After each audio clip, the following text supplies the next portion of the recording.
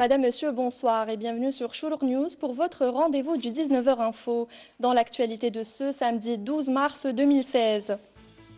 Le secrétaire général du FLN évoque les sujets brûlants, à savoir le terrorisme aux frontières algéro-libyennes ou encore l'article 51. Nous l'écouterons dans ce journal. Autre actualité de ce samedi, la délivrance de la carte d'identité nationale biométrique à l'approche du bac. Ben Rabrit et Bedoui dans cette édition. Et nous vous emmènerons à Djidjel ce soir pour parler du salon de la photographie. Les passionnés sont au rendez-vous pour le bonheur des visiteurs.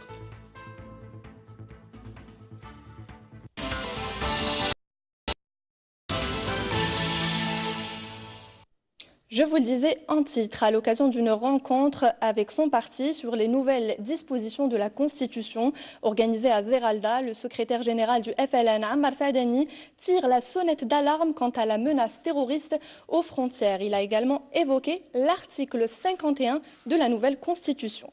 Plus de détails avec Amina Benabi et Rima Ammari. Le secrétaire général du FLN, Ammar Saadani, a tiré la sonnette d'alarme quant à la menace terroriste qui guette les frontières algériennes.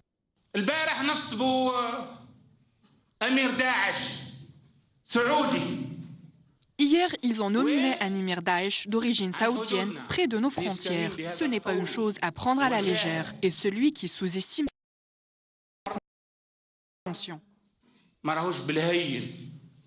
Pour Ammar Saadani, la nouvelle constitution instaure une deuxième république qui devrait rendre justice à ses cadres, dont certains ont fui à cause du terrorisme et de la peur.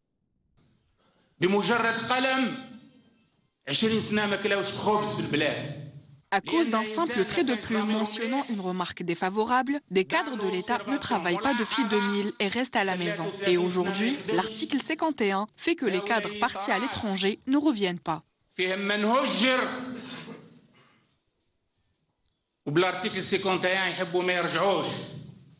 En marge de la journée d'études sur les nouvelles dispositions constitutionnelles et devant les ministres, dont Houda Iman Feraoun et Abdelmajid Tebboune, ainsi que des cadres du parti, Ammar Saadani a souligné que la politique de complaisance ne sert à rien. Ce qui est noir est noir et ce qui est blanc, a-t-il insisté. Dans le même contexte, selon Ammar Saadani, la nouvelle constitution instaure une deuxième république qui devrait rendre justice. Certains ont fui à cause du terrorisme et aujourd'hui l'article 51 fait qu'ils ne reviennent pas. Chakib Khalil fait-il partie de ces cadres qu'il faut réhabiliter? Il répond au micro d'Amina Benabi. On l'écoute. Ils sont 4500 cadres. Nous devons rendre justice à tous les cadres qui ont été opprimés. Ces derniers qui étaient dans des institutions et ceux qui ont été attaqués en justice à cause d'un simple trait de plume mentionnant une remarque défavorable. Il faut réhabiliter tous les cadres, dont Chekib Khalil, c'est clair. Toujours dans l'actualité politique, le patron du MPA n'a pas manqué ce matin de fustiger l'opposition en lui demandant d'attendre les échéances électorales prochaines, tout en leur reprochant de ne pas avoir l'alternative économique. Ammar Benyoun a également évoqué la situation en Libye, en Tunisie et dans les pays du Sahel, et ce, en marge de l'ouverture de la session du Conseil national de son parti. Les détails avec Riyad Bouzina et Yannis Saïd Belkacem. Le secrétaire général du mouvement populaire algérien Ammar Benyoun s'inquiète sur l'initiative de l'opposition, la nommant comme une tentative de coup d'État.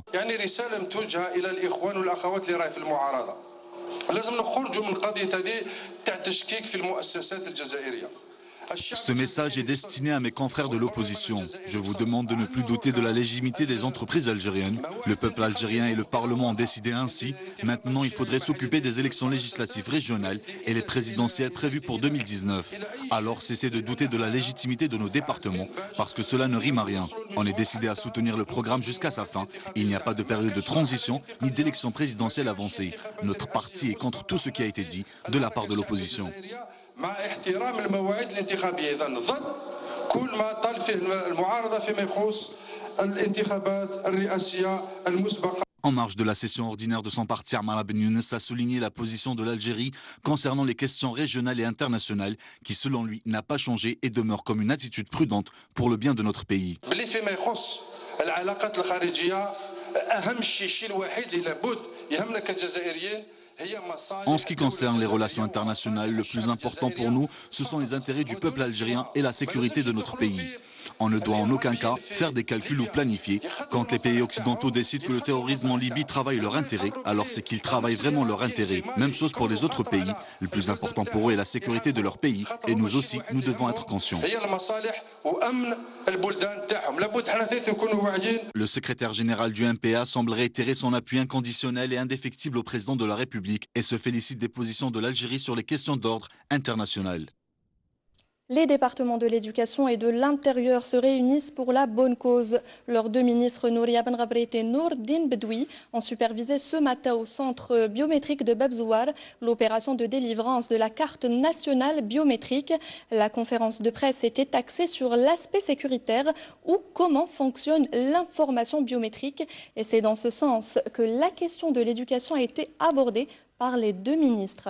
À laquelle était présente le récit de Hamza Chelouch. L'Algérie traverse une conjoncture économique et financière difficile et connaît une situation sécuritaire exceptionnelle. La stabilité est la véritable clé de la relance. C'est ce qu'a soutenu entre autres le ministre de l'Intérieur et des collectivités locales ce matin lors d'une conférence sur la délivrance de la carte biométrique électronique.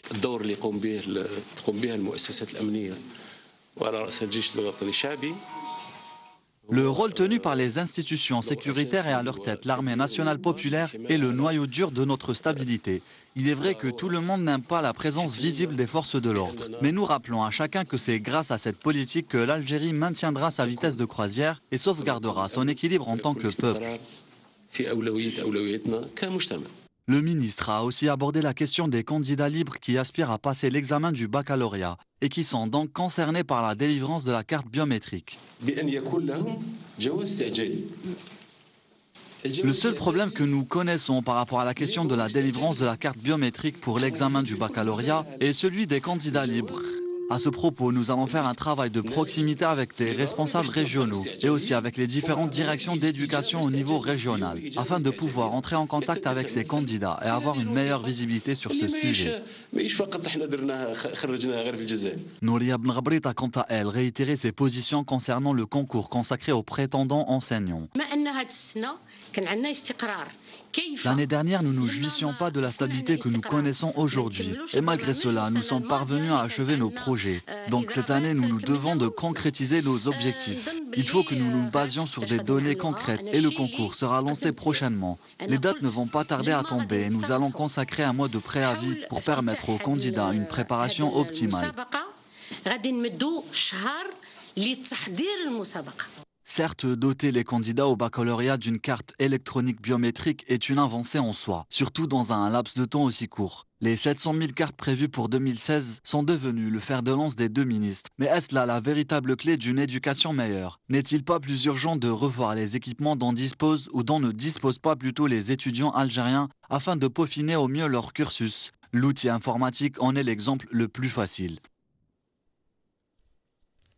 Le MDN a revu à la hausse la quantité d'armes saisies lors de l'opération antiterroriste menée jeudi soir par l'armée de Guémar dans la wilaya d'El Oued. Un fusil mitrailleur FMPK, 17 charges propulsives pour RPG-7, un chargeur de munitions pour pistolet mitrailleur de type Kalachnikov ont été récupérés. Des armes de guerre dont des systèmes de missiles antiaériens ont été saisis par l'armée lors de cette opération. On passe à l'actualité internationale. On parlera principalement aujourd'hui de Cuba et l'Union européenne qui normalisent leurs relations, du président turc Recep Tayyip Erdogan qui met en garde la Cour constitutionnelle et enfin de Pyongyang qui agite la menace d'une attaque en Corée du Sud. Tout de suite, Le Monde en 90 secondes avec Hajar Messaoud.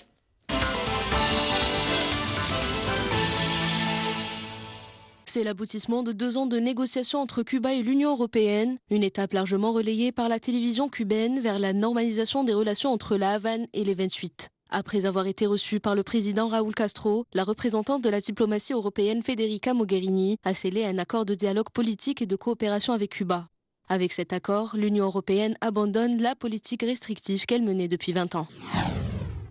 En meeting à Burdur, dans le sud-ouest de la Turquie, le président Recep Tayyip Erdogan a tiré à boulet rouge contre la Cour constitutionnelle et lui reproche d'avoir ordonné la remise en liberté de 2 journalistes d'opposition, incarcérés pendant 3 mois pour divulgation de secrets d'État et de tentatives de coup d'État. La Cour constitutionnelle reste l'un des rares organes de l'État qui ne soit pas contrôlé par le président Erdogan au pouvoir depuis 2003.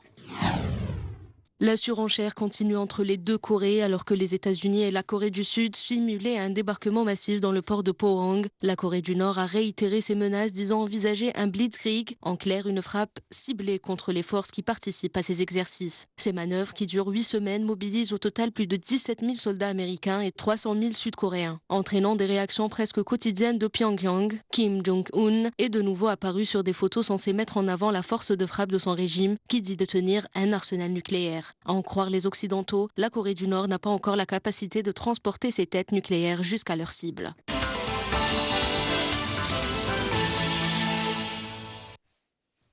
Et direction Jijel, des photographes venus de plusieurs wilayas du pays pour exposer leurs œuvres à la 3e édition du Salon national de la photographie qui s'est tenue à la Maison de la Culture Omar Ousdiq. Cette manifestation a permis de découvrir la passion de la photographie pour le grand plaisir des visiteurs. Salah Amira est notre correspondant sur place. Le récit est de Asma Laïd. Plusieurs photographies ont été exposées à la Maison de la Culture dans la wilaya de Jijel pour présenter le travail de nombreux photographes venus de différentes wilayas, qu'ils soient amateurs ou professionnels. Ce salon a regroupé plus de 175 toiles dans divers domaines. 35 participants sont venus de différentes wilayas du pays.